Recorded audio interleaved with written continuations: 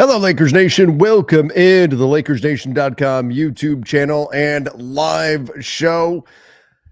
Folks, I wish we were coming here under better circumstances. Obviously, some rough times in LA. Normally, right now, we'd be doing the play-by-play for Lakers versus Hornets. Obviously, that game was not able to happen tonight due to the wildfires that are hitting Los Angeles.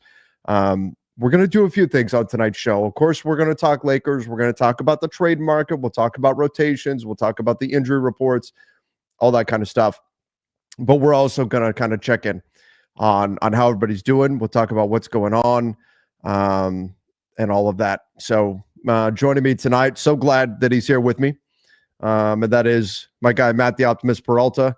Matt, very happy to have you here. Wish it was under better circumstances, but thank you for being here, my friend. Yeah, no, of course. I felt like it was only right to try and give some people a little bit of a respite in light of what's been happening in Los Angeles and Southern California. Just full transparency, I'm based out here in Long Beach, so I'm not nearly as affected as some of the other people that are, but do want to send some genuine thoughts and prayers out to everyone that's been affected. I know quite a few people that have been affected by what's been going on, and before I forget, also want to say thank you to our first responders, our firefighters, the community for trying to do its part to help provide aid and support where they can, and shelter even. To say it's been a wild few days is kind of an understatement, and like a lot of people, I'm checking my phone constantly for updates and trying to make sure that the people I know that are kind of affected by these fires are doing okay. So my heart's out to everyone out there right now. It's a really tough time. Yeah, I mean, this is affecting everybody in the Lakers community, obviously the Southern California community, but for a lot of people that watch our channel, that listen to our shows, are either based in Southern California or know people who are. I mean, there's obviously a very strong connection to the area, and so I know a lot of people watching are going through it right now with all of this. I do want to throw this out there. This is the Red Cross text if you want to donate, if you're in a spot that we're able to give something to help with the effort. There's the Red Cross number to text for a $10 donation. But this is a very, very tough time for LA. The Lakers, the NBA made the correct call in I don't want to say canceled, postponed tonight's game. It will be rescheduled. We don't know when just yet. They'll figure that out when the time is appropriate. No word right now on Saturday's game. They're taking things, at a day at a time and figuring out kind of what the situation looks like. But tonight's game obviously rescheduled for a later date, and that is absolutely the correct decision. And not just because of fans trying to get to the arena, not just because of everything that's going on with all that, not to mention first responders. You don't want to have to pull anybody away from the relief efforts right now and have them try to corral traffic around crypto.com arena or anything like that. You want all hands available. But on top of that, the Lakers players, the coaching staff, I mean, JJ Redick lost his home in this fire. This has affected everybody. And so this was absolutely the right decision by the NBA to go ahead and postpone this game. I'm in complete agreement with you. It wasn't just the Lakers. The Kings also postponed their game yesterday. The Rams are moving their playoff game out of SoFi to Arizona. So it's really good to see that the professional sports teams understand that this really isn't a time for that kind of stuff. There are more important things in sports. As much as we love basketball, football, what have you, it's a really good time just to remember that, life is precious and that we should be focusing on that more than what's going on the court sometimes. So again, I'm glad that the Lakers specifically, decided to postpone today's game, just given the state of things too. Not to look too far ahead, but I'm sure Friday will be a discussion as well, so I'm sure they'll act appropriately. But again, first and foremost, just want to make sure that the fans and everyone else in the LA area are as safe as possible. Yeah, absolutely. That is the primary concern. Everybody, I said it on the show that went out this morning. I finish every show by saying see ya and stay safe. There's back when I thought maybe we would have a game today, there was a chance anyway, that the see ya part of it has a personal meaning that we'll have time to talk about it in August. It's not that exciting, but the stay safe part that originated during the pandemic. And I mean, very, very apt right now, though. I mean, very appropriate now. Stay safe. Take care of yourselves. Keith and I were talking about it on the front office show today, and Keith, as he tends to very wisely, said, stuff can be replaced, people can't. Please, it make sure that you do stay safe and keep loved ones safe as well. Matt, we will talk Lakers here tonight for sure. We've got a lot to get into, a lot of stuff that we need to talk about. If nothing else, to provide a little bit of an escape from all the things that are going on right now in LA and in Southern California. So let's get into that. Again, I mentioned on the show this morning, kind of a half-hearted effort because, of course, our thoughts are still with, everything that's going on there. Matt, do you do the same thing I do, where you feel like you don't know what else to say, but thoughts and prayers are with you, but it feels so hollow? Yeah, exactly. That's the word for it. And you almost feel bad saying it, but you don't know what else to say to like express the feeling. Do you know what I mean? No, I know exactly what you mean. I feel like I've been saying that a lot to people because, again, like I'm in a really fortunate spot where I get to be in Southern California, but I don't necessarily have to deal with the fires directly like some other folks I know do. And there's a level of privilege that comes with saying something like, being able to come on the stream, Trevor, really, it's like there's almost a little bit of guilt because it's, I'm less than an hour away from some of these fires. And right. I get to sit comfortably in my home, not having to worry about my possessions or my family members or, anything like that, or like a business that I might own. It's hard for sure. And I feel like, we have a chance to be on this platform and give people an escape, like you mentioned, but also, words do start to come flat every now and then just because there just isn't a lot left to say other than, I feel genuinely terrible for what's been happening. I think one of the few bright spots is just seeing how much the LA community is rallying with each other and for each other right now. And I think that's beautiful to see in times of crises, but, like it's impossible for us to be on the front lines directly trying to fight these fires. And I feel like if it's like not an actionable step outside of like, donating where we can or passing along information where we can, it just feels like it's not enough because there's just so much work that needs to be done. So I'm right there with you, but I do want to say, like, I think it's good that, we've got a little bit of a stream going on tonight, just again, for like the Lakers fans out there to take a break, because I'm sure like a lot of people, you probably also, like, it's just been constantly news, scrolling online, texting with friends and family all the time. It's a lot. And I think everyone could use even just a little bit of a break, whether it's a couple minutes or the length of this podcast. So this is a very, very, very, very small part, but I think like it's good that you and I get to do this for some of the fans tonight. So I'm happy to be here. For sure. Absolutely. Steven chimes in, said Celtics fan here. Obviously not under normal circumstances. We would get a lot of Celtics fans coming in, but said absolutely rooting for LA right now. Love you. Yeah. This is, basketball is so small compared to any of this. There are no dividing lines for fan allegiances or anything like that, or rivalries, and all of that stuff is beyond secondary to all of this. So we Stephen, we appreciate you coming in here and hanging out with us tonight. Tam the pessimist, your doppelganger here, Matt, said superstar of the night, the firefighters, star in your role, Lakers Nation, for providing a safe comfort space, and master lock of the game, the LA wildfire. Yeah, absolutely. The master lock needs to go to these fires. I mean, just terrible stuff. All right. Let's get into this here. Senpai. with the trade question right off the bat. Let's go. Oh man! All right, yeah. We're just going this. Okay. Let's just dive in here. Right. Who is the worst player you'd trade Dalton Connect plus salary for? So what's your minimum requirement in order to give up Dalton Connect? That's a good question. Would you do Dalton for Kessler straight up right now? Yes. Okay, yeah, so I think you and I are in agreement. That's the kind of level of role player I would want if we're just trading Dalton. But the question is Dalton and salary. So, I guess it's hard for me to come up with a target right off the bat or off the top of my head. But I'd be looking at like a 3-level scorer kind of player. Which is Dalton Connect, right? Well, I'm talking about someone like someone like a Bogdan Bogdanovic. Oh, okay. Oh, yeah, okay. Yeah. Well, that's it. Would you, if let's say salaries were, well, I mean, I guess you can't wipe out contracts, but let's say it was the commensurate salary to match up with Bogdanovic. I mean, I would assume let's say it's Gabe plus a minor contract. As I recall, Bogdanovich is like 17 million or something. Yeah, that's Plus why. Dalton Connect. Are you doing that?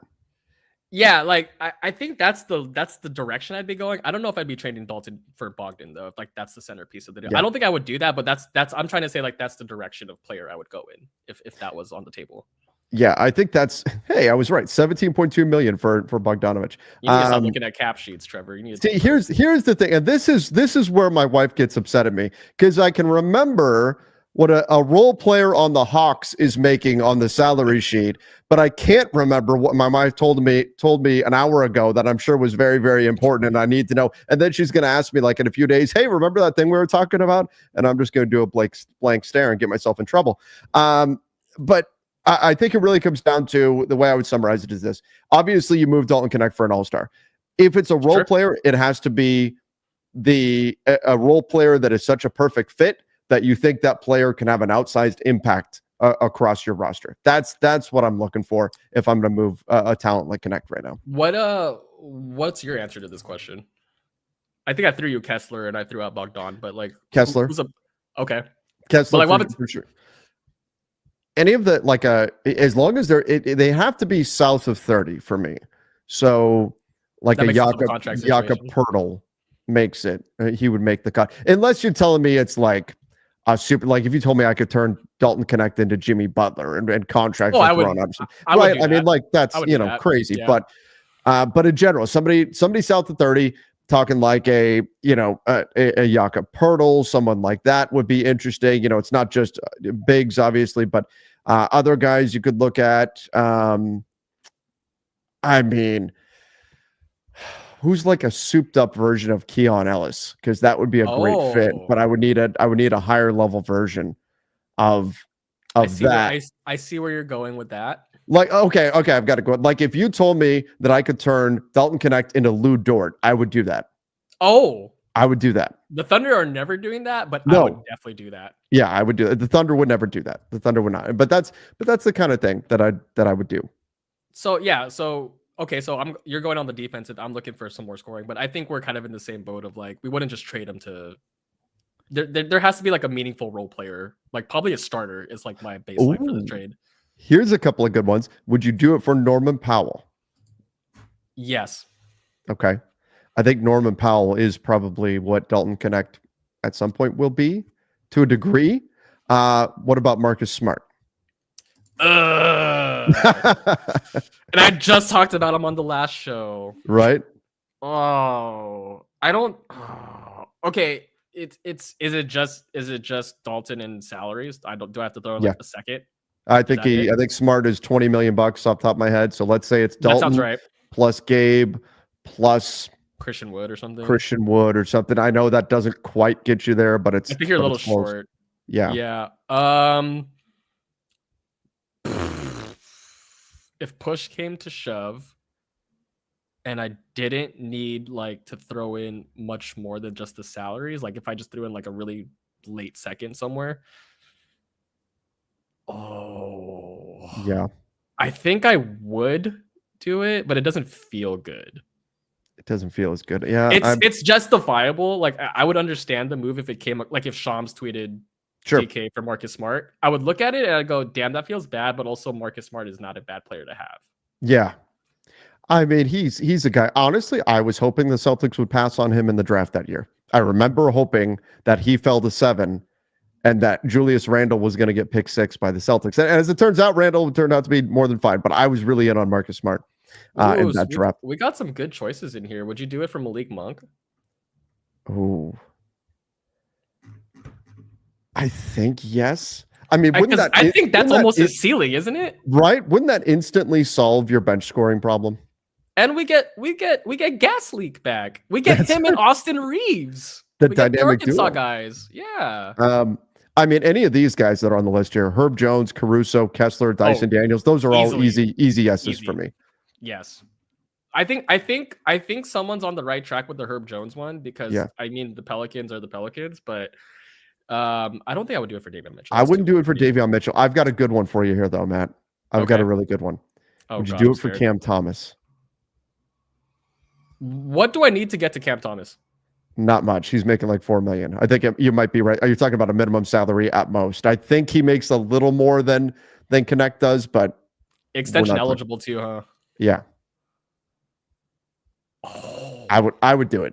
I would do it. He's averaging 25 a game. Right? I know that would go down. I would do it. I would do it. And I think the Nets would probably say yes to that too. You think they would? I mean, they might. unless they got some contenders with firsts that are looking for Cam Thomas, I feel like you can't really do better than DK, who's a proven commodity at this point and is on a cheap contract for like the next 4 years. I don't think the Lakers would ever do it, but I think if the Nets came calling, I would consider that. I would do it. I like Dalton Connect a lot. Don't get me wrong. I think that he's a great pick with 17. I'm not worried about the shooting slumps that we see him go through at all. I think that's totally normal. I think he's going to be just fine. The defensive side of the ball, I think he can eventually get to average. We just have to be patient with him. But yeah, if you could do something like that right now. Bucket. And you know, I think with the Lakers, especially just the way I'm looking at the team, like just from a bigger picture perspective, I feel like Cam Thomas gives you the variance you kind of need to swing a series in your favor. Mm-hmm. Like Dalton will be fine. Like I think he'll be a good player. It's just one, he's a rookie, and you know, rookies in the postseason typically don't contribute as much. And then two, Cam Thomas just literally will shoot you either in or out of a game. And I feel like sometimes you just need that for like, if Cam Thomas wins you one playoff game, that trade is worth it. Oh yeah. I mean, hey, like you're in a tough game against a really good defensive minded team and Cam Thomas goes on a heater. That can be the difference between, you know, winning and losing a series for sure. Like he drops 25 points in less than 25 minutes or something. Like that's in the realm of possibilities for a guy like that. So I think as we're talking through it, I think I would do it. Yeah, I'm with you. Grind Hard said, I'm glad you're okay. Trevor, hope JJ is okay too. Well, so that's something I actually want to talk about. Now, I don't know what JJ's status is going to be, but the Lakers, I was surprised, Matt. I got the announcement saying that the Lakers are going to be having practice tomorrow. That's so they are practicing. And the first thing that popped in my head was, first thing was, I wonder if JJ's going to run the practice or not. He lost his home in the fire. We'll see what that looks like. But Matt, the next thing that popped in my head was Vando, because Jared Vanderbilt, the latest report on him was that he's been playing 5-on-5 with the coaching staff, and the next step for him would be playing 5-on-5 with his teammates. But I looked at the schedule. They play every other day all month long. So they don't practice if there's only one day off between games. They take that day off to rest a little bit. They only practice if there's more than 2 days off. Well, now suddenly, because they didn't play tonight, they're going to practice tomorrow when they were not scheduled to do so otherwise. My thinking, given everything that's going on, I thought, why with everything that's going on, why practice? Are they seizing the opportunity to get Jared Vanderbilt on the court with his teammates? I may be jumping to conclusions here. I have nothing confirmed or anything like that, but that was what popped into my head was this is Vando's chance to get onto the court and do 5-on-5 with NBA players. I mean, it could be. I mean, it might be a way to, one, keep the guys focused and sharp because it's still a regular season to go on. And, you know, two, like maybe it's a group decision where they felt like they needed the respite from whatever is going on. And they just want to be able to focus on basketball for a little bit and kind of, you know, take a break from the outside world. In case anyone's curious, the Lakers practice facility is in El Segundo, and that is a little bit ways south of what's been currently affected from the Palisades fire. So there's a reason that they can practice. I know when we say LA, it sounds like it's just everything's really close by, but in reality, I think people are starting to learn that the neighborhoods are completely different. And so even though you could be on the west side of LA, like where the Palisades fire is near Santa Monica and whatnot, El Segundo is pretty south of it. So the air quality will probably be really bad around the facility. I can attest to that. I was there on Tuesday for work and not great. And so I can't imagine where it is now, but if the Lakers actually do have practice tomorrow, I mean, to your point about Vando, maybe that's part of it, but I'd also just imagine it's them just trying to stay sharp ahead of another game on Saturday, assuming that one happens. If it happens, yeah, we'll have to see. But anyway, I'm sure we'll get more detail, you know, out of practice tomorrow, assuming that they do practice. Blaster Mega, sorry for snapping the other day. Okay. I don't recall what happened there, but blessed to just have a house in LA. My condolences to people less fortunate. Lakers got to not fumble the trade deadline. Absolutely on the first sentiments, yeah, condolences to everybody that's really struggling here. Again, Palisades is, I mean, they got hit hard, and there's Yeah, it's terrible. it's bad. It's bad. As far as the Lakers have got to not fumble the trade deadline, what would constitute fumbling the trade deadline, Matt? Standing pat. That would be it. Standing pat. I mean, we've been talking about trades since like the beginning of like last year, and we knew that they needed improvements. And this year, they already made the Dorian Finney-Smith trade and Shake Milton, but it's pretty clear that they're still a couple steps behind the other teams. And so, if you're serious about it, you should go all in and try to make another deal to improve your team. So that's why I think standing pat is pretty bad, but also obviously making a bad deal, which, to Rob's credit, the past few moves he's made have been they've been good moves. It's just, we need more of them. Yeah. And I think you're absolutely right. I think standing pat is something they can't do. And they could look at it and say, well, we already made a move. We already got Dorian Finney-Smith.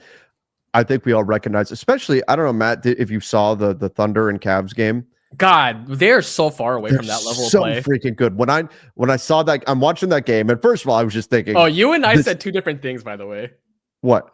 You said they're so good. I said the Lakers are very far away from that. Oh yeah. I mean, that's what I'm saying. I'm watching that game, and I'm thinking, number one, this game is awesome. Number two, Lakers need to make multiple moves. Like, in order to get to that level, or to get to where they've got a puncher's chance against those teams, they've got a long way to go to get there. I think you're absolutely right. Yeah, that was the best regular season game we might get this year. And I think they play again next week. They do. So they play again in a week. I can't. That was awesome. Not even because I hate the Celtics, and that's why I don't want them to come out of the East, but I would love to see the Cavs and Thunder meet in the finals. Like, how can you not want 7 games of that? And Adam Silver may not, but he might not. But what I was just about to say, funnily enough, was I was like, this is a good way for the NBA to fix its whole marketing issue with small market teams. Mm-hmm. Like, well, I love that they did market that game. Like, no, and that's what I'm saying. Like, you can now you have proof of concept. Like, people will actually tune into these games because they're good. It was so cool. It was the first time in a while. I mean, aside from like Christmas Day, obviously, that I was like. Sure. Man, a regular season NBA game feels like an event. Like, that was much must-watch TV. That was appointment viewing. That was like, I know I'm going to be watching this game at this time. That was not a Lakers game, right? Obviously, we do that for Lakers games. That was so cool. And I love that the NBA marketed that, got behind it. 2 undefeated teams. The Thunder were on a 10-game win streak. The Cavs were on a 15-game win streak, and they're going head-to-head. And it was great to see, but it was inescapable that, okay, the Lakers have a little ways to go to get to this level. Yeah, and I guess just to point out too, the reason why I think the Lakers need to make another move if they're serious about trying to go for a title this year is you're probably going to have to go through OKC, right? And they just put that performance up on the road against the Cavs without Alex Caruso or Chet Holmgren. Yep. They're not even fully healthy, and they're already this good. And so those two are expected to come back this season, obviously. And once they're full health, I'd imagine that the Thunder will be either just as good, if not better. And so again, if I'm the Lakers, that's my benchmark for this season is can I build a roster that can conceivably compete with the OKC Thunder? And if I can't, then the particularly scary part is they've got potentially some draft picks coming too. They're set up so that is textbook rebuild 101. I mean, right now they'd be getting the 8th pick from Philly. OKC would. in a pretty top heavy draft, I should point out. Right, and guess who? I believe they're still number 2 in the West right now. The Rockets. They'd be getting the 10 pick from Phoenix. Yeah, the Rockets also, again, I don't even think sneaky rebuild anymore, but man, they're also set up well. Really well. Really well. All right. Delicious Tacos said, when Wood and Vando are healthy, do you think we'd have a logjam at the 4, meaning we can afford to combine Rui and JHS for a big and a ball handler? Good question. Could that be part of what the Lakers are waiting on to make the next trade is to see that Christian Wood and Jared Vanderbilt, or at least one of them, is healthy, and does that allow them to move Rui Hachimura's contract?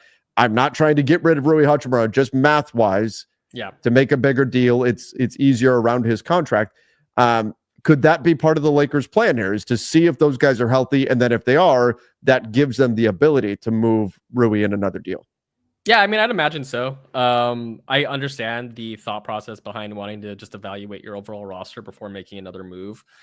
Um, I think if Vando can come back and prove he's healthy, which again, massive if, even though I know he's probably on the verge of coming back. I think the Lakers would probably want to just see that for a couple of games before they feel comfortable with, Yeah. potentially moving Rui. Even though I know reports have said they have no interest in trading him, I think that's just kind of rumor talk. I feel like if the right deal came along, they'd say yes. 100%. 100%. Yeah, they would. I mean, just like, the Miami Heat. Well, we're preparing to see Jimmy Butler back on the team after the 7-game suspension and all that. That's just because you didn't get the right deal. Like, the Lakers aren't talking Rui Hachimura trades right now. Well, that's just because the right trade hasn't been presented yet. Otherwise, they would move. Like, that's the way it is around the trade deadline. There's a lot of smoke, a lot of posturing, all that kind of stuff. So it doesn't surprise me. I don't think the Lakers would move him just to move him, but in the right deal, I think they would absolutely trade Rui Hachimura. I mean, that goes for every player on the roster too. Absolutely. Yep. Like, I think this channel has gotten a lot of grief for being very pro Austin Reeves, but sure. If you told me someone was like, "Hey, we'll give you All-Star player X for Reeves and some other filler," I'd be like, "Yes, please." Yeah, drive to the airport. Yeah, that's just it, right? We know the Lakers internally. We know they don't want to move Austin for a non-All-Star upgrade, right? That's what we know. And you can say, well, nobody's going to meet that asking price or whatever. That's fine, but that's the bar the Lakers have set. And so does that make it unlikely he gets moved? Yes, but that doesn't mean he's untouchable. Same thing with Rui. Rui's not untouchable. Just they're not going to trade him just to turn him into a similar player at just a different position, right? They would move him to try to get significantly better somewhere. And I think that's the case with, like you said, with every player on the roster, not named LeBron James and Anthony Davis, essentially, is they would move that player if they felt like it makes the team better, if they're taking a step forward. Like, imagine if Steph Curry just had it with the Warriors, which, again, there have been evidence of him being really frustrated. If Steph was like, I want to go to the Lakers, I will ship out literally whatever I need to get Steph on the Lakers. I don't care. Like, that's going to include Austin. That's going to include picks. That's going to include other fillers. Sure. Like, I don't care. Like, that's what I'm talking about. Kevin Durant, same thing. Like, I hate Phoenix now. This team sucks. We're screwed. I want to get to the Lakers. Again, I'm trading whatever I possibly need to get that kind of player. But again, to your point, I'm just not trading guys to trade guys. Like, I need value back, and I need the team to be better after said trade. Especially because I think the Lakers in any trade, they're going to be expected to include some of their draft capital. Of course. And if that's going to be the case, and so far the Lakers have made the move they made, they did it without including first-round draft capital. But if I'm going to include first-round draft capital, I want to know, okay, I got the better player. I don't want there to be a question. I don't want there to be a New Orleans Pelicans situation where I trade a couple of picks and Dyson Daniels and I get DeJounte Murray, and then DeJounte Murray immediately breaks his hand. And oh my God, Dyson Daniels is suddenly the best defensive player of all time, right? Like, I'm exaggerating, but still, I want to know, if I'm including draft capital, I need to know I got the better player in the deal here. Right. Yeah, no, I'm with you. I think, again, we just don't want to get fleeced in any sort of deal. We want actual, justifiable value back in a deal. Like I said, we talk about Rui a lot just because, again, his contract is, feasible for most of these deals that people would like to see the Lakers make. So that's why we include him. But if we can get there with other salaries or contracts, that's fine with me too. All right, let's go here. Hopefully this postponed game gives Vando some time and the Lakers some rest. I mentioned on X, Lakers practice tomorrow. Yep. Yeah, that was, I just took the report directly from the Lakers. They said they're practicing tomorrow. Prayers for the city of LA. Absolutely. Absolutely. Grindhard, who is the best ball handling player that the Lakers could potentially trade for? As far as what's that? I said best. I'm like, who's best? Yeah. I mean, I don't think it's realistic to think the Lakers can get in on De'Aaron Fox right now. Oh, yeah. If you're shooting for the stars, that'd be one. Yep. Right. That would be great, but I think he's more of a summertime thing, and I think other teams would beat the Lakers offer. So I would say we're looking at a sub De'Aaron Fox player, which is, I mean, that's a lot of players that are not as good as De'Aaron Fox. In terms of a ball, I don't know. What about that guy in Brooklyn? D'Angelo Russell. I think he's available. Imagine. Oh, could you imagine? No. When I look at ball, I think the Lakers will look more at some of the secondary ball handlers, the Bruce Browns of Yes. the world, that type of player. In terms of a pure ball handler, I almost think the best route for the Lakers, rather than trading for one, would be to really kick the tires on Markelle Fultz and see where he's at health wise. And if you could do something to free up a roster spot, maybe you look to do something like that. They got Devontae Graham at home in South Bay. If you make like a consolidation trade, you can bring that guy up. What about our guy Quincy Oliveri? Like, what about giving him a shot? I mean, at this point, the Lakers could use some shooting. That'd be fine too. Have not checked on him in the G League, but I mean, last time I looked, it looked like he was doing pretty well. So maybe. Best ball handling. I don't know. Like my mind instantly went to like Colin Sexton. If we're just talking about, thanks, Tommy. Like mine's there. Yeah, like that's someone I'm looking at. And it's pretty clean. I think Rui for Sexton, and I think maybe an additional salary, or if not, I think straight up works too. I'm just saying, like, if the Lakers were like, we're all in on a ball handler, we needed a scoring guard, that would be like my first guess. Now the Lakers have to send out more salary than they take back in a trade. Sexton is at 18.3 million. Rui, I think, is at 17 million and change. So it would have to be Rui and a minimum contract. If you could do that, let's say it's Rui and Christian Wood, and you could bring back Colin Sexton. Are you making that move? I personally am not. I just threw it out as like what it could look like if the Lakers are so convinced that this is the move they need to make. But I personally would not do that. I'm generally against trading big for small. Yeah, I think that's the challenge with doing something. And I like Colin Sexton. I've been a fan of his game for a while. But similar contracts. I mean, just one more year on the deal, so you're not taking on additional salary. He's actually a little bit younger than Rui, not by a lot, but a little bit younger than Rui. It's like if you tell me Jared Vanderbilt is 100% healthy for the rest of the season and then some, I think I could maybe get talked into doing something like that just to add that scoring punch to your backcourt. The challenge is, I think what they really need is an athletic guard who can shoot the three and also defend, which is a very tall order. And Colin Sexton doesn't fit the defend piece of that. Yeah, I'm with you. That's kind of why I'm personally like not super enthused about the idea of trading for him. Although like I personally like him too. I just feel like the Lakers need to just lean in on the defensive end because they've shown improvement in that area so far. And I think with the DFS edition, if you've got at least one more guy, and I think the guy they're hoping for is Vando. But if you can get another guy just for insurance, I think that'd be fantastic. Yeah. I don't know. I think I could probably be talked into doing a Colin Sexton Rui trade. Like I wouldn't hate it, but I just personally wouldn't make it myself. Now, unfortunately, you know who's the perfect player would be a healthy Lonzo Ball. I was screaming his name in my head when you said guard, athletic, right, defend, and I was like, that sounds like Lonzo, but it really does. Kind of expensive. He's 20 million, and I don't know that. That's wait, so you're just trying to trade for DeJounte Murray? Is that what I heard? Yeah, people keep listening to DeJounte Murray. I keep coming into this, though. I can't see the Pelicans selling on DeJounte Murray when they just gave up Dyson Daniels plus a couple of firsts plus Larry Nance in order to get DeJounte Murray. I can't see them turning around like 7 months later and selling him for less than that. And I can't see the Lakers wanting to match that value. I agree with you. I've also gotten a lot of people asking me about what about Jordan Poole. I've seen that a lot. I think they're on the right track because I've also said three level scorer guard, and Jordan Poole is absolutely that. It's just contract is so bad. 29.6 million this season, 31.8 million next season, 34 million the season after that. Am I paying that much for like my fourth best player? Probably not. And when you're talking about how much you're putting onto your books for the future, yeah, I'm good. That's a lot of money for, as you said, like your fourth best player. Like I would have said Malcolm Brogdon's also interesting, but he's also, I mean, you could get there with like what, Rui and who's making 4, like JHS. And I think you might be a million. Yeah, JHS is about 4. I think you're actually still a little short, so then you need to throw in something else. Anyway, that's kind of the mold of the player you probably want back if you're the Lakers. It's hard because they either make too much or they're injury. There's just always something wrong.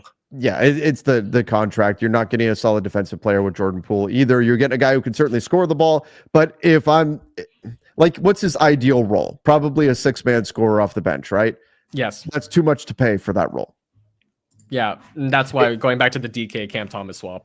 Yeah, exactly. It's like the reason why you don't why you got to be careful you don't overpay a running back, right? Yeah. Although Saquon and Derrick Henry would prefer. They beg to differ. Absolutely. But those guys are outliers, I think. Fair. Yeah. I do have a new camera working. Have you checked the frame rate on your new camera? It is only at 30 frames per second right now, and it's going to go up to 60. I just need the higher speed cable to attach it. So that's why it's at 30 right now. Man, we already got some. We got AV Club in the chat. That's right. Got a little new. Today's kids don't know what AV Club is. I just dated myself. That's awesome. Oh, that's right. They wouldn't. God. Oh man. Let's go here. James said, seeing a lot of Bruce Brown to LA rumors. His stats don't exactly jump off the page. What's his value prop to the Lakers look like? Similar to Dorian Finney-Smith. Kind of like a guard version, maybe, but gives you a bit more like secondary creation capabilities from a guard spotting and can guard multiple positions on the wing or the guard position. I would agree with that. Bruce Brown's been a personal favorite of mine for a long time. Wait, so how much does he make again also? I think it's like 23. Yeah. I mean, in terms of just like what value is for him, like he's just kind of another secondary playmaker. Kind of plays like I think a lot of people like to liken him to like a mini Draymond Green, just as far as like a smaller player that plays bigger. Yeah, I mean, remember back in the day, the Nets were using him at the center spot. Yeah, exactly. He's like 6'4", and they were playing him at center. I remember that playoff series when it was like James Harden and Kevin Durant, but Bruce Brown just kept making plays, and that's how he got paid. So, he's kind of one of those amplifying players where like he's like a DFS, exactly. Like his counting stats aren't ever going to be very impressive, but he just does all the things on the floor that keep teams on track, essentially on both ends of the floor. And so that's why I personally like that kind of player. But I just don't know if like what I need to send out is worth Bruce Brown currently, but. This is my concern with him, as Ray's saying. Bruce is living off the Nuggets championship. I think he's slightly overrated. Sure. I worry too. Like, is he Nuggets Bruce Brown? Because there was a drop off after that. You need to know what kind of Bruce Brown you're getting in order to make that kind of a trade, I think. Yeah, no, I agree. That's kind of like the concern, right? Is like I think the idealized version of Bruce Brown is exactly what the Lakers need, but are you going to get that version of Bruce Brown if you trade for him? Yeah. Can we get LaMelo Ball? No. I wish, man. Prayers up to JJ and LA. Yeah, no, there's no way they can get LaMelo Ball. Try to bend that corner and swerve, you know what I mean? Sorry, Trevor, you're probably too old for that reference. Right, yeah, no. I'm assuming is that from LiAngelo's song? It is correct, yes. Is that what that is? Hey, at least I got that. You got it. I started to listen to that song. Yeah, I got some woes in the chat. Heck yeah. I started to listen to it. Diego, would you trade Rui and both available seconds for Josh Green and Nick Richards? That's interesting. Green. I don't think I've seen this kind of trade yet. Right? Well, wait. First of all, I think the Lakers are at 15 roster spots still, yeah? They are. Yeah, they have 15 roster spots filled right now. Yeah, so they need to send someone back out. I mean, I guess that last player probably doesn't matter too much. Like, can you do that and say the Lakers got significantly better? This almost screams like lateral move to me, because here's where I'm at, is because I think Josh Green and Nick Richards on their own are fine. I guess the way I view them both is they both seem like kind of like back end rotation guys versus guys I know I'm going to plug and play right away. Like, they're not on like the DFS level of role player for me. Like, they're very much like situational players, or like nice, like Josh Green and Nick Richards are kind of like on that Shake Milton of like, I can throw these guys out in a game if we have injuries or guys are out, but they're probably not going to stick in my main rotation. Yeah. Like, are these guys playing in the playoffs? That's how I always look at these. That's questions. A great way to look at it. Are they playing in the playoffs? I think Nick Richards, I think people get overhyped on Nick Richards. He's an okay backup big. That's it. That's what he is. You're not bumping him into the starting lineup. You're not playing him alongside AD. He's an okay backup big. And that's it. As for Josh Green, could he be somebody that helps the Lakers? Sure, but I think I'd be looking to make a more definitive move if I'm moving Rui Hachimura. I agree with you. Like, I know Rui is very divisive right now amongst Lakers fans, especially given the past week of play. But I mean, again, like, I feel like it's important to remember that 6'8" dudes that can score don't necessarily grow on trees. And if you're going to trade that guy for like two guys that you might not even play in the playoffs, I just feel like it's not worth it for the Lakers. So here's one. Ooh, I was going to bring up the Raptors, so I'm excited. Oh, no. Okay, so here's what I've got. A name that I really like, that I think if we're going to get a backup center, which is what Nick is it Chris? I've got a different name. Ooh, okay. I've got a different name. Okay. So if you're going to get a backup center, and Nick Richards is certainly a backup center, but you know what backup center I like for what ails the Lakers specifically? A team that gets crushed on the glass. That's a problem that they've got. Sure. Day'Ron Sharpe. Okay. I knew that was probably going to be one of the names we talk about tonight. Day'Ron Sharpe. Elite rebounder. Is he great everywhere? No, he's not. He's not great everywhere, but that's why he's at least partially available, that you could potentially go get him. He did spend part of the year injured. Last game against Indiana for Brooklyn, 9 offensive rebounds. 9 in the last game that he played. Day'Ron Sharpe, I think, is an interesting one.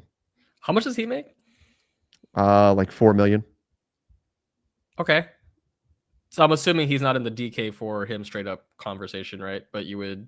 No, yeah. I'm not talking like you're giving up Dalton Connect. I'm not talking you're giving up significant assets. I'm not talking about like big time acquisition. I'm talking about if you're just going to try to find somebody who can give you 10 minutes a night off the bench and man the center position and be a bit more physical than Jackson Hayes, help you out a bit more on the boards there.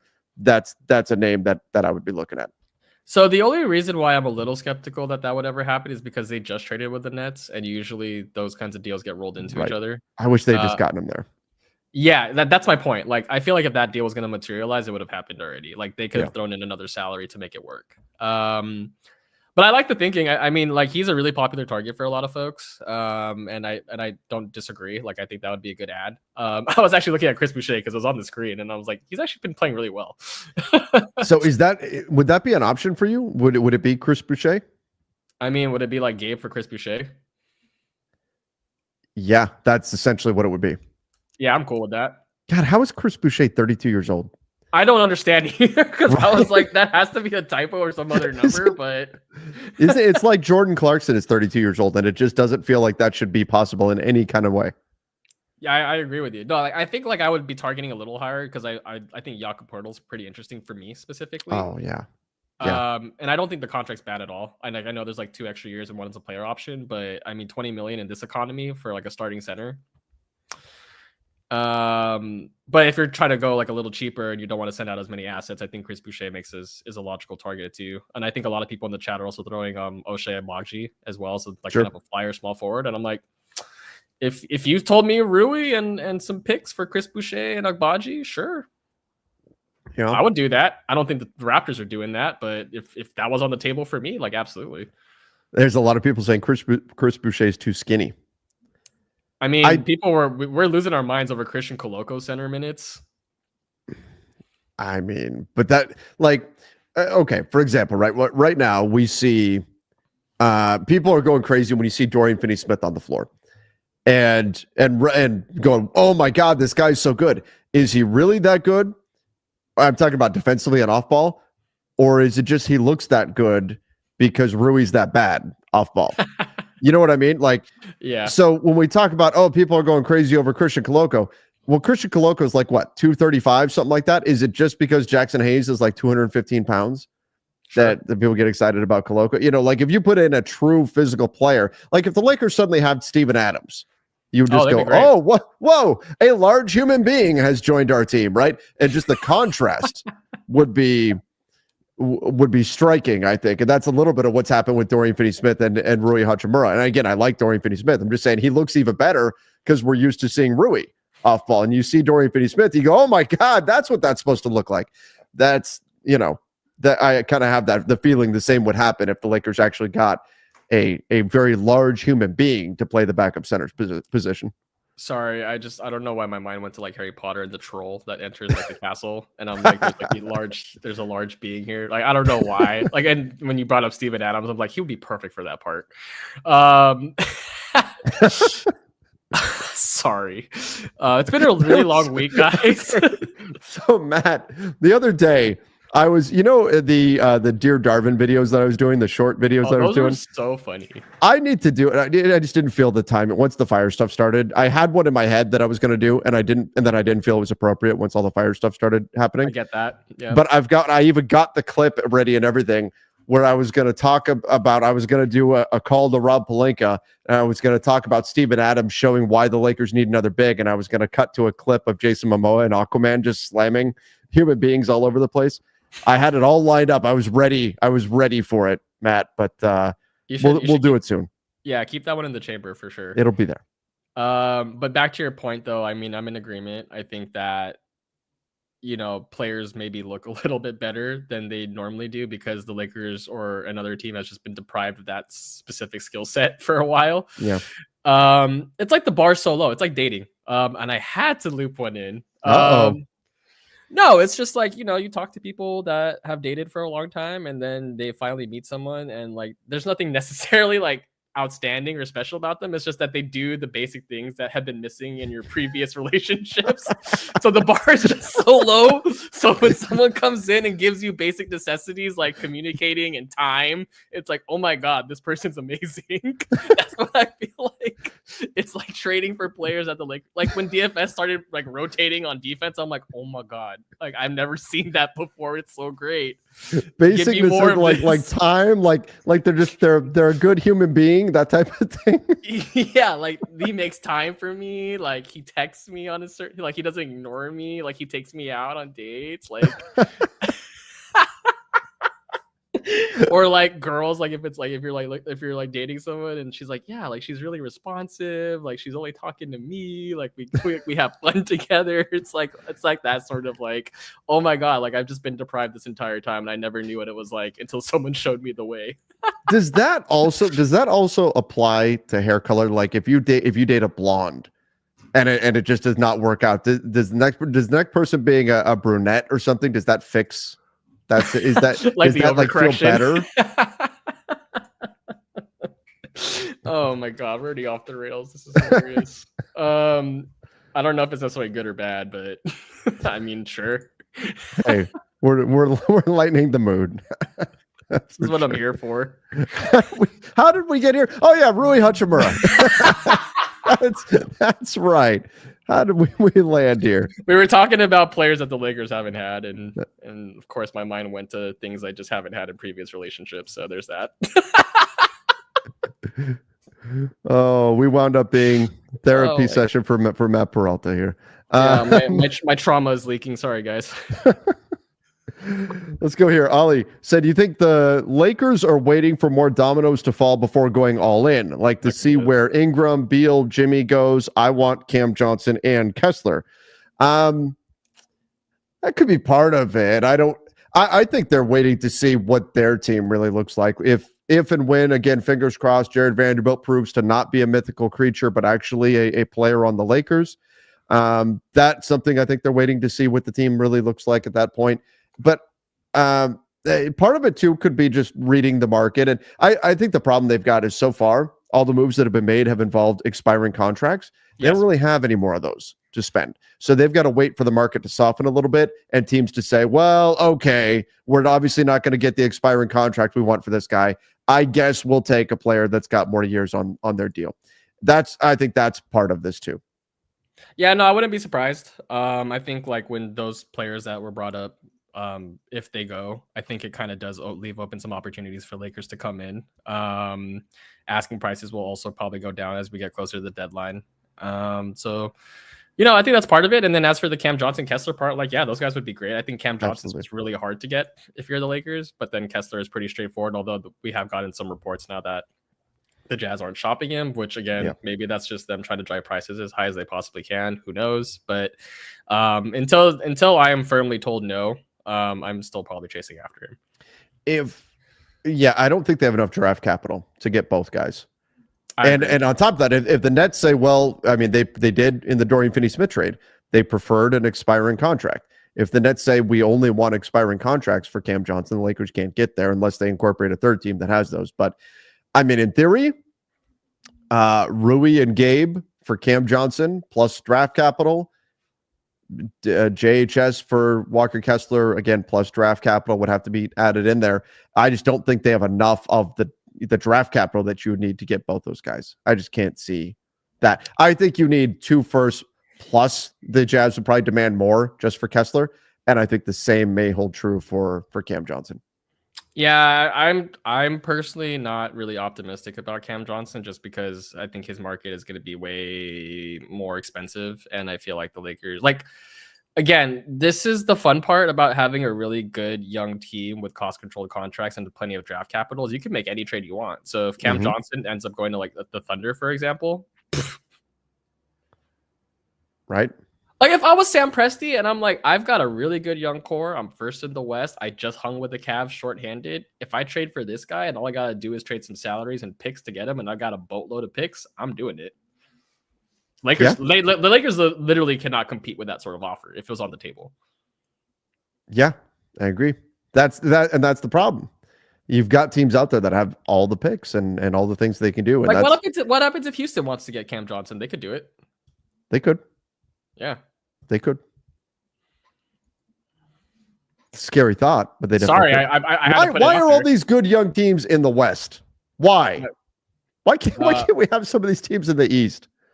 I mean, I was just gonna say like that's still a West team because I was like the Clippers basically handed the Thunder their current core. And they really did.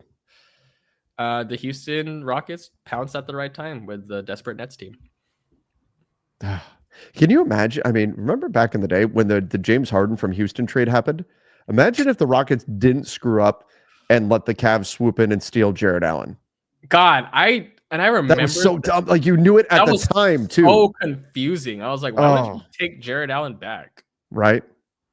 Like, oh my gosh. Like, I mean, I don't know what that leaves you with Sengun. I don't know if he's still on the roster, but you would have had Jared Allen on your team. Like, yeah, if I had to pick between the two, I'm probably taking Sengun right now. But it's close. It's real, especially the way the Cavs are using Jared Allen. Yeah, I think it depends on the makeup of your team because I was going to take Jared Allen. Yeah. All right, let's go here. Kevin Brown said Rui, JHS, Wood, and picks for Bruce Brown, Gabe Vincent, and picks for Cam Thomas. Oh, and Day'Ron Sharpe. I don't think you have enough picks for all that. Okay, wait. Would Cam Thomas and Day'Ron Sharpe? Yeah. Okay. What happens if it was Gabe? So what happens if you get Bruce Brown for, I don't know, can you get him for seconds? Probably not. Seconds? I think you can do seconds. Okay, like he hasn't played that well. I mean, yeah. So you could do like your last 2 seconds and then Gabe Vincent and a first. Well, but do the Raptors want Rui Hachimura? Well, that I'm just saying. Like, I think picks wise, I think you could get there. Okay. Yeah, maybe. Is it feasible? Like, do either of these teams do this? Probably not. Right. But the Nets would probably say we don't want the next year of Gabe on the books. The Raptors would probably say we don't want the next year of Rui on the books. So you've got that. And that's the other thing, Matt, is there, I know you've got LeBron, who's 40 years old. Yes. You've got, in case you haven't heard. And you need to win right now. Yes. But Gabe Vincent and Rui Hachimura combined is like $30 million in expiring salary this summer that you could play with on the market. That's got to be at least a thought in Rob Pelinka's mind. Like, hey, if teams are really going to make us pay like crazy just to take on the next year of Rui or to take on another year of Gabe or something, the narrative around these guys may change significantly once we get to summertime. And then I can say, hey, we've got expiring contracts to play with on the trade market. I wonder if that's at least incentive to try to find alternative paths beyond trading those guys, just knowing that there may be teams that try to say, oh, no, you need to pay us to take Rui's next year. You need to pay us to take Gabe's next year. And that may not be the case this summer when you can market them as expirings. No, I totally hear you. It would be the same situation we found ourselves with D'Angelo Russell and being able to flip him essentially for DFS. Like, I think the Lakers, if they don't move Rui or Gabe this deadline, will have that option available to them in the summer and next year's deadline. I think Mhm. I think that thinking's fine. I think it's just the rub is going to be like, are you really going to give up another season of LeBron? Exactly. And you can't do that. You can't do that. Like I've already resigned myself to this idea of like, this is probably our best shot to do it. Yeah. Like again, you can't predict anything, and I know the Thunder looks so incredible right now, but I still feel like if the Lakers are going to be serious about this would be the year to do it. Yeah. I think you're right. I think you're right. And you know what? I can say with some confidence, I think they're going to really explore. They should. Going all in and making a move and doing something big. I think they really are. And I mean, we said it over the summer. I was still shocked they came out of the summer doing nothing. I thought for sure they were going to do something over the summer. Yeah. But I'll tell you what, there'll be a lot. I don't know if it'll completely erase any of the ill will, but people will feel a lot better if the Lakers come out of this free agent or this trade deadline with Dorian Finney-Smith and a couple other pieces. And it's okay. Here we go. Let's really make a run at this thing. Yeah, like I think that's all you could really hope for as a fan, especially the past few years. Just given how the team has operated, I feel like, you know, like you just kind of have to project a little bit. Like again, like I know the Thunder are really good, but you know, Minnesota's where it's at now. They'll probably get better next year and fix things. Denver, I think, is in a pretty vulnerable state. I feel like we could probably get past them if we absolutely needed to. And then you kind of go down the list of Western Conference teams, and you're like, I don't know if it's going to look like this again. The Spurs are creeping up as another young team that's really good. Right. Dallas is currently injured. There's just a lot of things where it's like, okay, like if you're going to really try to go for a title, this is probably the best time to do it because next year, like it could look like this or it could be even worse for the Lakers because it'll be another year older. OKC could be better. Houston could be better. Memphis could be better. Right. Yeah. Like all these teams could, like, these are all young teams that are just organically going to get better. So again, like, the window is shutting pretty quickly for the Lakers with their current core. And I just feel like if you've already made the DFS trade, you've already kind of signaled you're willing to pay up. And I just feel like now you've got to just take that extra leap and really go for it if the right deal surfaces. All right, let's go here. Ali asks, how much cap and picks would we have in the summer? A lot of it depends on what happens with Dorian Finney-Smith. So this is actually something to watch, and I'm glad this question came up. When we take a look at Dorian Finney-Smith, and where he's out right now with the Lakers. Here, let me get this up on the screen here. So Dorian Finney-Smith, right now under contract with the Lakers, he's at just under $15 million. He does have that player option for 15.4-ish million next year. However, he will be extension eligible on February 10th. So if he were to just walk away, let's say the Lakers don't extend him, he walks away, that money is off your books, he opts out of his plan. This is not what the Lakers should want to happen, by the way, because that's 3 second-round picks for a half-season rental, effectively. But the upside would be potentially you could get to where you would have right around a full mid-level exception available to spend out on the market. Now, if Dorian Finney-Smith picks up that option, you're talking best-case scenario like a taxpayer mid-level would be your best case, that you would have perhaps even less, depending on kind of how all these contracts all slot in, where the cap all finishes and all that. But you also have potential to perhaps extend him. And then it becomes a question of, can you do an extension? Can you do 3 years and get him at a number that's maybe a little bit less than 15 million in this first year? And that opens up a little bit of flexibility for you. And then, or could you go the other way and maybe actually have him on a descending contract so that kind of similar to what Kyle Kuzma has right now. And then you could sort of insulate yourself against any kind of regression that's coming in his game because his contract would actually go down. So there's a few ways that the Lakers could play this. I think the most likely scenario is we're looking at like taxpayer MLE, like 6-ish million or so that they'll have to spend. I think that's probably the most likely scenario for the market this summer, but there is the potential for them to drop fully below and have a full MLE. And obviously that if LeBron extends that same offer again of I will take less if you could sign player X, Y, or Z, that obviously was a big factor. If LeBron says I'm going to opt out, I'll sign a new deal, but I'll take 40 million instead of 50 million or something like that, and that's enough to open up the mid-level exception. Maybe that's a pathway again this year, but most likely I think the Lakers are looking at probably a taxpayer MLE in terms of spending power. Yeah, I think the only thing I'd want to add to that is I if I remember correctly, there aren't a lot of teams this summer that have cap space or meaningful cap space at least. True. So, I mean, you could find players really good that are getting squeezed out of the market, and at that point, it's probably just a preference of like where they want to go, if the money's all the same. And so, I wouldn't be surprised if the Lakers were able to sweep someone with their if it just ends up being the taxpayer mid level next year. I wouldn't be surprised if someone fell through the cracks and they were able to sign them. Yeah. I mean, I like Mike. Sorry, They that's will so add a funny. player option. Yeah, whatever they're doing with Dorian Finney-Smith, he's getting a player option at the end. I mean, if you are, I mean, that's not a bad time to do one, though. That's Right. that's not a bad time to use one. if you're signing with the Lakers at this point, and you're seeing the way that they've behaved so far, you are 100% asking for a player option at the end. You absolutely are. For sure. Yeah. All right, let's go here.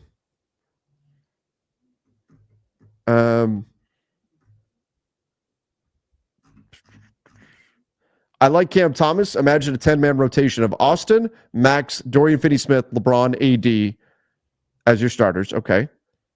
And then Gabe, Cam, Vando, Rui, Kessler. I mean, if you tell me you can add Cam Thomas and Walker Kessler to this roster, yeah, I mean that'd be a great rotation. That'd be awesome. What went out for? But what goes out? Yeah, wait. What went out for? JHS. Okay. JHS goes out for Kessler, and then for Cam, I mean, again, you could do Christian Wood, and so I mean, we're talking small contracts there. I'm gonna tell you right now, if both those guys are on my team, I feel pretty good. But then you got to pay those guys moving forward too. See, so this They is get kind of big what. bumps. So this is a good point, and I think maybe this is where I get a little bit overzealous. Is like I'm just not really thinking past this season. Yeah.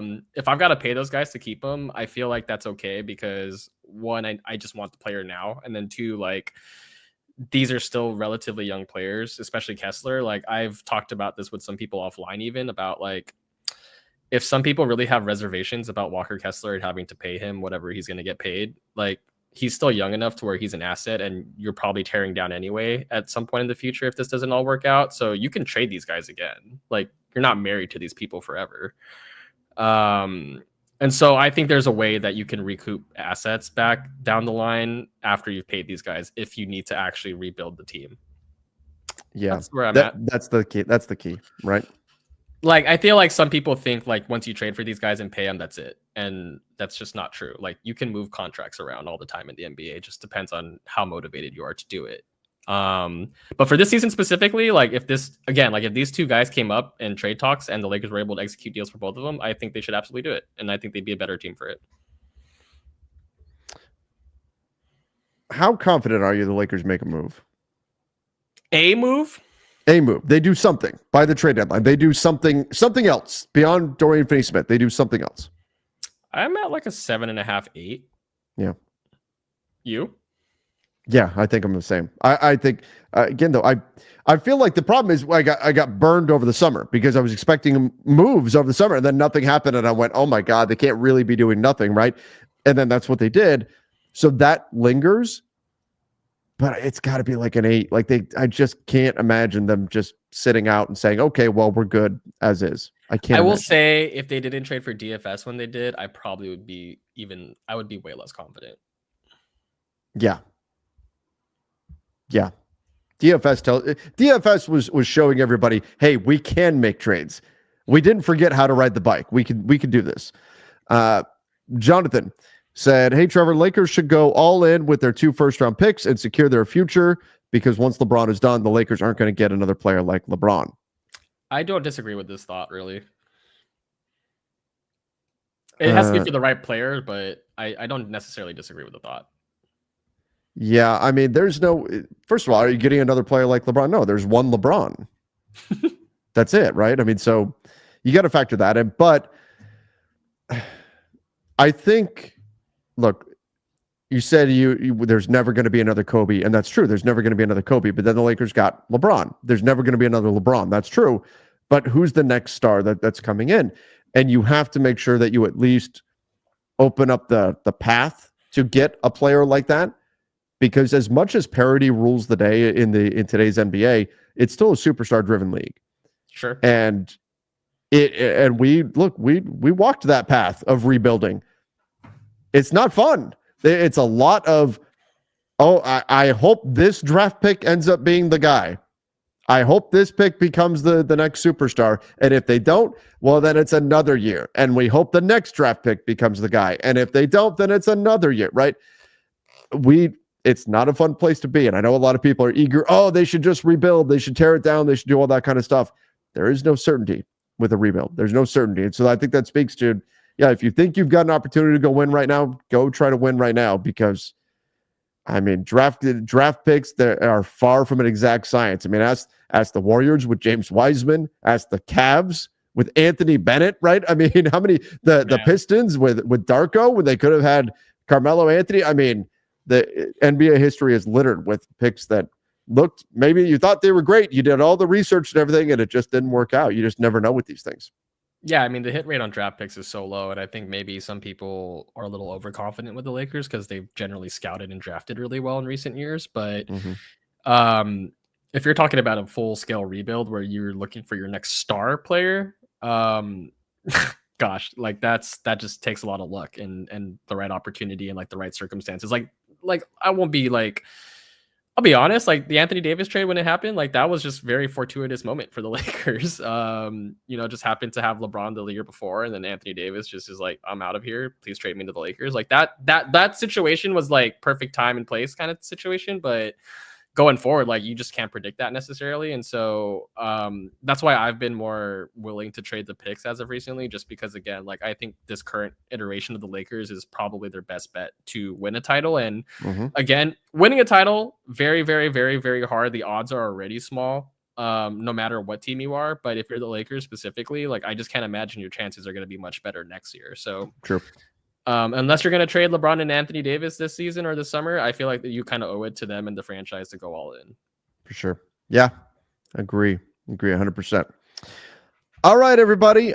Super chats that we didn't get to, I will save. I'll put them on the show that'll go out on Saturday, previewing the Lakers Saturday game. Hopefully it happens, but we'll see. Again, right now, everything up in the air. But again, the big... I hope, if anything else, this wound up being a show full of trade talks, which I figured may be the case. But if nothing else, I hope we served as a little bit of a distraction for everything that's going on right now in Los Angeles. Obviously, that is all much, much more serious than who the Lakers are going to trade for or not trade for or any of that. But thank you guys all for being here tonight, for joining us, for hanging out. I truly hope everybody stays safe. And Matt, I truly appreciate you coming on with me here tonight. This was a lot of fun going through trade stuff, and I'm glad that you were able to provide your perspective on everything and help shine a little bit of light in a tough time. Yeah, I mean, first of all, thank you for having me on, and for the people that joined in. I could also use a little bit of a break too from what's been going on. It's just been really hard to focus and stay on track with like work and other things, just because people are losing their livelihoods out there, and it's terrible. And at the top of the show, I said it, and I still feel that way. Like I genuinely feel really bad, and it's awful what's happening out there. But I guess to like leave the show on a positive note, I'm glad that you and I have a chance to do something like this for everyone listening out there. And I think again, it's encouraging to see how much people are rallying around each other and trying to support as much as they can.